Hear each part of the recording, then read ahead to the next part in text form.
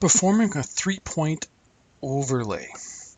So when we add a clip to a sequence, 3-point editing, Premiere Pro needs to know the duration and where and when you want that thing placed. So what this means, you need an in point for the clip. So up here I need an in point.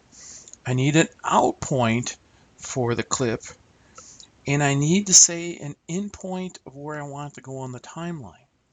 So what I'm going to do is I'm going to move my cursor here. I mean, not my cursor, my timeline here, my playhead here, to a spot, and I have this clip up here in my source. I'm going to come down here to overwrite.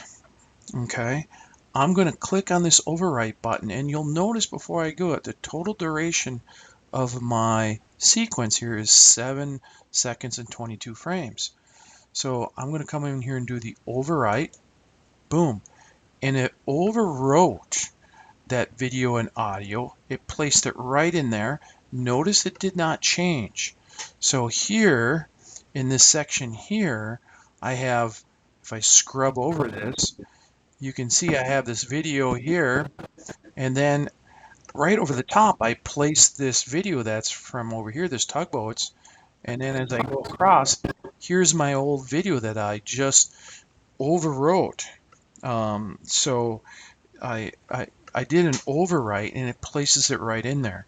So it performed a 3-point overlay. So it had to have 1 point here in the mark in, 1 point here in the mark out, and I had to tell it where to start. And so with that, I had it parked right here on this. I had it parked right there, and that's where it started the clip at. So that is a 3-point overlay.